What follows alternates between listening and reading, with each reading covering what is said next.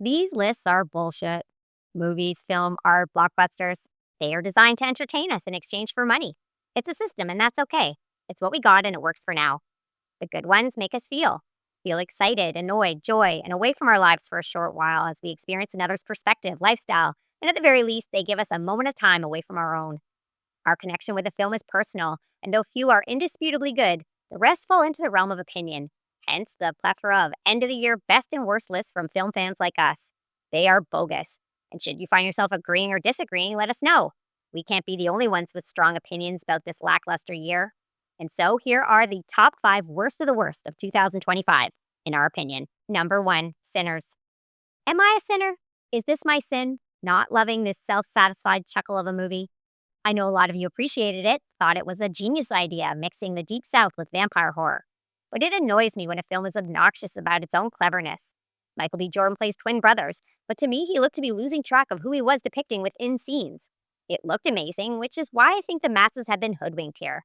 Like a hot, young frontman or woman who can't sing, you can't take your eyes off of the beauty and spectacle long enough to hear and see what's really happening. Jordan is too concerned with looking buff and badass. The music is dangerous and wonderful, and you know what you did, everyone out there, so love it, and now you're safe and good.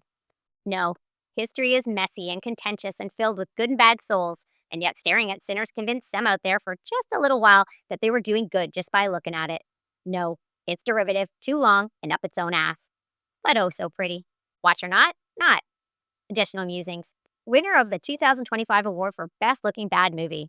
The winner of the Worst Looking Good Movie award, 28 years later. Number 2, The Smashing Machine. It was a knockout performance by Dwayne Johnson, they say. That is true. I felt nothing and I was out cold with boredom. Now, I love a good sports movie, and finding a new way to tell the tale of flying too close to the sun is a lofty and worthwhile challenge.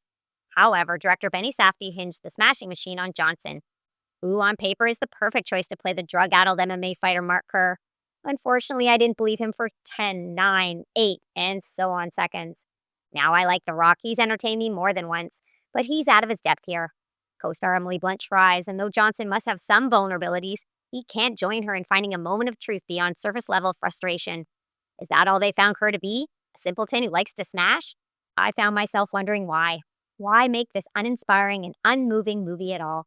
Watch or not? Not. Additional musings. In case you missed it, Magazine Dreams 2023 is a far darker and superior film about obsession. It's not a sports film per se, but it is a character study with a competitive backdrop and an actor, Jonathan Majors, viscerally dedicated to finding the humanity in a man clawing at perfection. Number 3, Mission Impossible, The Final Reckoning. I love Tom Cruise, I do. And I love popcorn movies, I do. In fact, Mission Impossible 3, 2006 is among my all-time favorites. I wanted to love this series ender, but Mission Impossible The Final Reckoning was overlong, boring, and most unforgivably featured the all-time most forgettable villain. I had to look it up. His name was Gabriel, and I just forgot again. It pains me to say it, but it was a slog.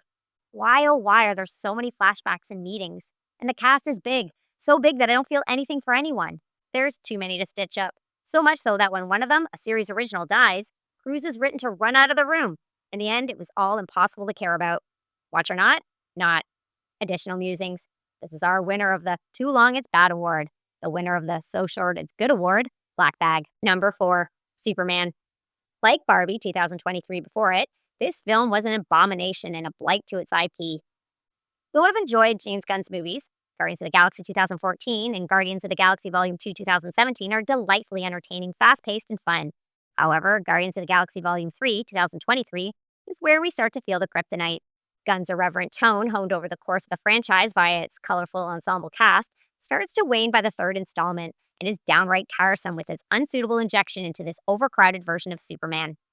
Save David Cornsweet, who maintains the proper heartfelt disposition we crave from the Man of Steel, though he suffers the indignity of being beaten up endlessly for some reason. This was a shame, because we could have all used a straight-ahead action movie with a true blue hero. Instead, he was surrounded by needless smarm. Watch or not? Not. Additional musings. Winner of the Best Lead in a Bad Movie award. The winner of the Worst Lead in a Good Movie award, Oscar Isaac, Frankenstein. Number 5, One Battle After Another. This is the film that inspired this entire list, because a lot of critics have this on their best of 2025 list, and for the life of me, I can't understand why. Perhaps they enjoy watching based, heavy handed stories with a questionable ideology forced down their eyes and ears in the form of a confusing plot with shallow, oversexed, and pretentious characters. Not me. This was work to get through. And I am mostly saddened because I've somehow wound myself into a dimension where Paul Thomas Anderson sucks. Even if you are heartened or confused enough by the chaos to find it just ambivalent enough not to be as preachy as I found it to be, it's hard to argue that this isn't a boring and unsatisfying film. Johnny Greenwood's score is in your face displeasing.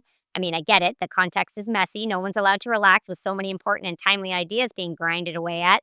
But to crank the annoying up to 10 with sounds and effects that grate at your soul is asking too much.